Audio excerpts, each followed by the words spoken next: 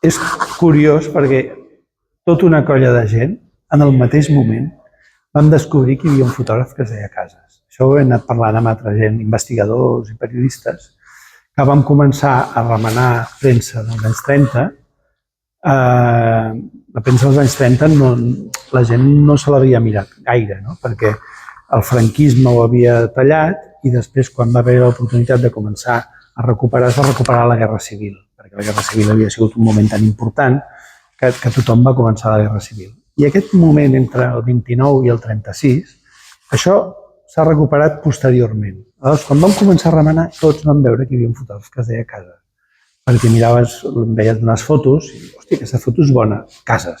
Hòstia, aquesta foto és bona, Casas. No? I va haver-hi com una mena de descobriment plural, no? de que hi havia una figura extraordinària i molt poc remarcada, molt poc coneguda. Un cop diguem-ne descobert que hi ha aquest fotògraf, descobreixo també que l'Arxiu Nacional té un fons.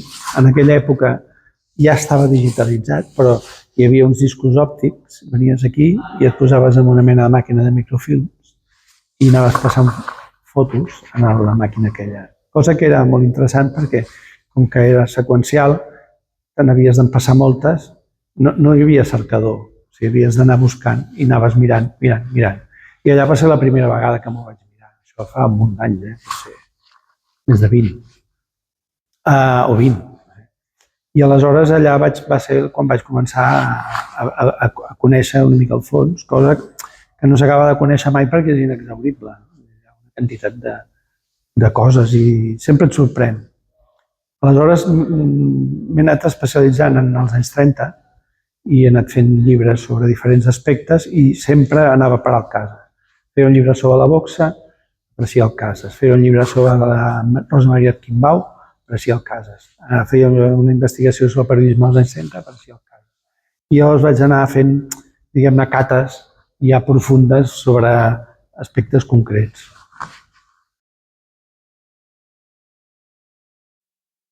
El problema és que jo crec que encara no sabem ben bé què és la fotografia catalana dels anys 30.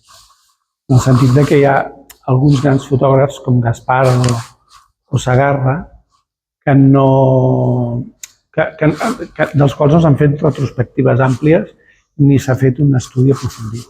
Llavors això limita una mica la visió. Potser el Casas és de tots ells el que està més ben estudiat i el que s'han pogut veure més coses.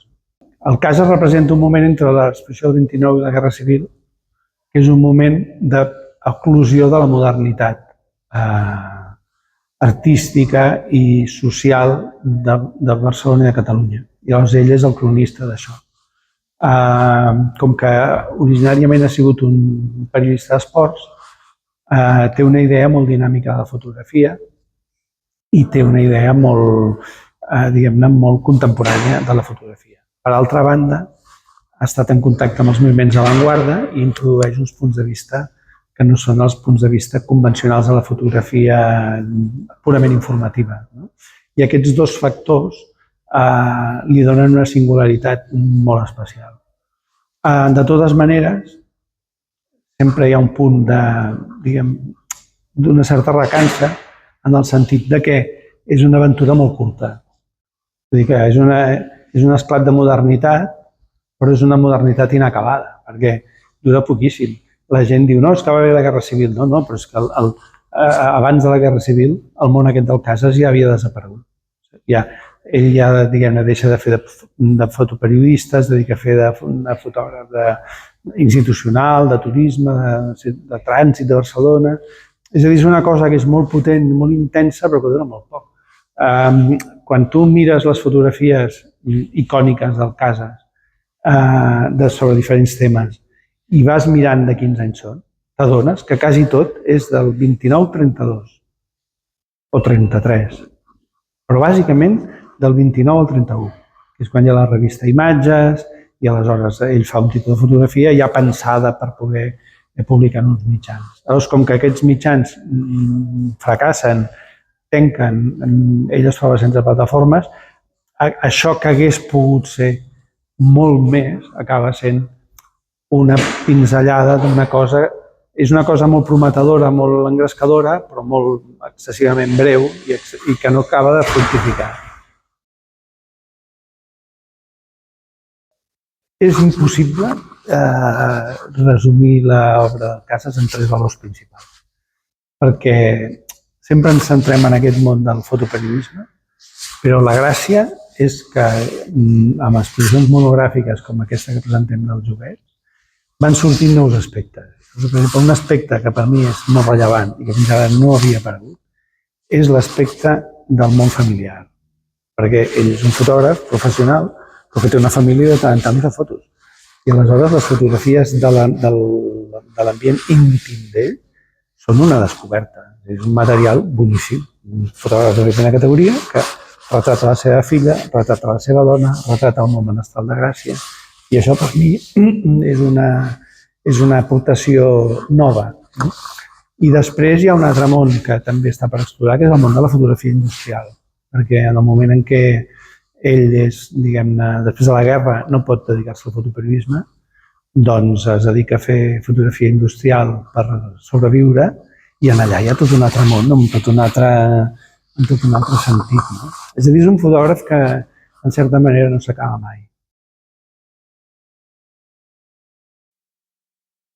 El Museu del Joguet de Catalunya Figueres és una gent molt entusiasta i amb qui hem tingut una relació d'amistat des de fa molts anys, amb el Josep Maria Joan i Arròs, el seu creador. Aleshores, sempre que trobo coses de joguets li envio. He trobat tal cosa, he trobat un anunci del Mickey Mouse de l'any 30, quan va aparèixer el Mickey Mouse, o he trobat tal. Aleshores, quan vaig començar a veure que en el cas hi havia tantes joguines, els hi anava passant. Mira, fixa't, hi ha aquesta fotografia d'aquesta nina, d'aquesta altra nina. Llavors aquí va sortir la idea de dir, mirem a veure si d'això se'n pot fer una exposició. La sorpresa va ser veure que hi havia molts més joguets dels que a primera vista semblava i que donava una perspectiva molt variada i molt rica del que era el joc a la Catalunya dels anys 30.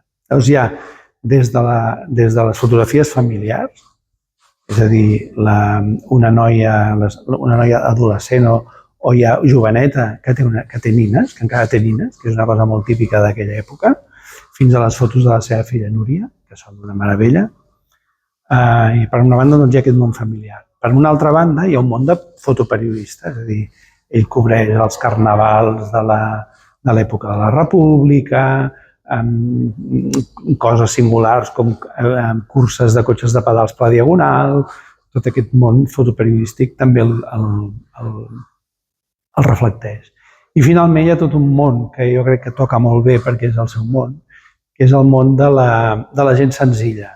Aleshores ell va un any a la Festa Major de Badalona, els cavallitos, les botigues de ninots de patacada, tot això ho retrata d'una forma magnífica. Llavors l'exposició agafa tots aquests vessants. Llavors hi pots trobar des d'una senyora que ven carraques per la Setmana Santa fins a un ambient sofisticat de noies maques que es disfressen com si fossin nines de la marca Lenzi, que és una marca italiana molt de prestigi.